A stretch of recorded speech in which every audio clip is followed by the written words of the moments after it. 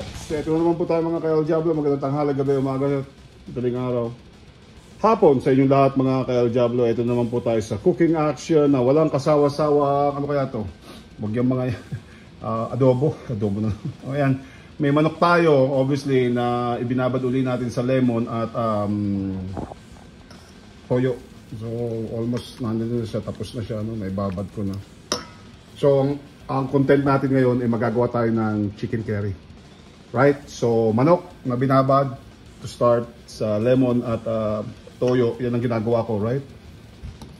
Patatas, carrots, sibuyas, bawang, luya, at sili, gata. Gawa tayo ng gata. At kung mapapansin niyo, mayroon akong yung pula, chili powder ba yun? Chili powder. Yung Pumpkin. wow, there is a pumpkin. Wow. Yung dilaw, yung madilaw-dilaw, yun yung curry. So, kaya yan ang ihalo natin sa huli. Anyways, yan ay isang simple nating adobo na magiging curry. Anyways, mga kaya, gisahan blues. Next. Mga ka-El Diablo, inuna ko muna yung luya. Ginisa ko na maigi, tapos sinama ko na yung sili natin, yung pag-init ng todo, yung garlic natin dyan. O, igisa nyo na ng todo, and I'll catch you guys back next. Pagkatapos itong gisahan blues na to. Next. Patapos natin maigisa ng tama yung sibuyas, bawang, luya at sili. Ito yung konting ano natin na yung lagay natin yung manok natin na minamarinate natin for like an hour or so. So ayan, nilagyan ko ng konting yung sabaw para lumambot siya. Tatakpan natin siya. So igigisa natin yan for like 15 minutes or so maybe. And then pagkatapos niyan, lalagay natin yung mga patatas at carrots para sigurado malambot siya. Okay? I'll catch you guys back. Next. At ayun mga ka-El, pagkatapos nga medyo hinalo ko ng konti, diba? After like 10-15 minutes, kumulo siya. Nilagay ko na rin at hinalo ko na rin yung mga gulay na patatas at carrots. Kung mag-a-adjust kayo ng timpla o yung alat, let's do it ng asin ang gagamit ko or patis. Okay? So ang kulang na lang nito mga ka-El Diablo, pangalan nito, ang kulang na lang nito yung curry natin at saka yung powder. Yung curry powder natin plus yung gata natin. So patutuyuan natin to in the next few. Other than that mga ka-El, ganyan lang kasimple gumawa ng chicken curry.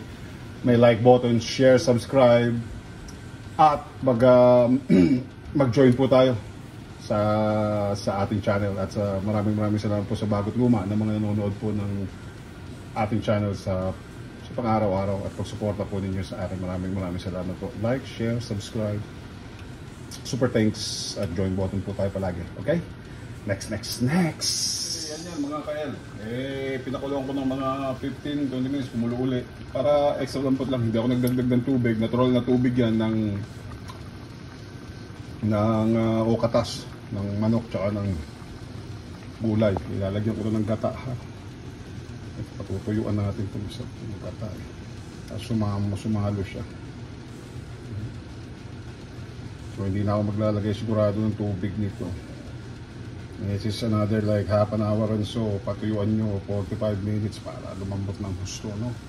Then yung cumin natin, yung curry powder at yung chili powder. Patuyuan natin ito. Okay. Marami. Ngayon lang ako gagawa nito, pero wala kay Mrs. Tama-tama to pang tampoluts. Tampoluts o pangalan nito, ulam. Haluin lang natin ng konti para bumaba yung cumin o yung curry powder. Yun lang naman yun, yung curry powder ang niya. Other than that, ayan na, kita nyo nagbabara. Naninilaw-nilaw na siya na as per use. Normal na makikita nyo sa curry. Pero pakukuluan natin to para umano yan. Kung hindi pa tama yung alat, gaya nga ng sabi ko sa inyo mga ka-El, pangalan nito, lagyan nyo ng konting asin, ha?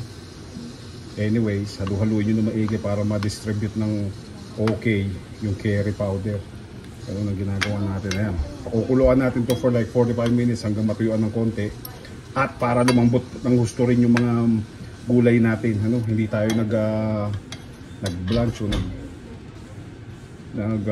prito or whatever muna nitong mga to, pero yan, sabay-sabay na yan dyan hanggang kumulo. Right? Other than that, mga kael, yan ang ating chicken curry. Magbabalik tayo sa katapusan ng ending natin. Like and subscribe, join. At maraming salamat sa panonood ninyo. Chicken curry yan ni Sir El Diablo. Baro. O sige, tingnan natin hanggang matuyuan para mag-thicken yung sauce niya. Next. Mga ka-El Diablo, diba? Back again. Ito na yung kinalabasan ng ating chicken curry. Patutuyuan ko pa rin ito ng konti, pero yan na. Actual, ready na siya. Naamoy na natin yung ating curry. Ba, lakas ang TV natin. Anyways, natin tama-tama yung anghang. At masarap pa yun. Ganun ka lang kasimple. Patuyuan pa natin to siguro ng konti for another 15-20 minutes. At wala, presto na.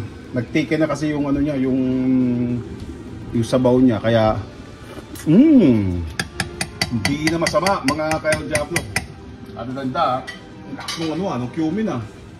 Other than that, mga ka-El Diablo, keep it high, real and clean. Yan po, ang always ending ni Mr. El Diablo. At peace out. I'll catch you guys back next soon sa ating susunod na mga video. Thanks for liking and subscribing and watching mga ka-El. Love you guys all.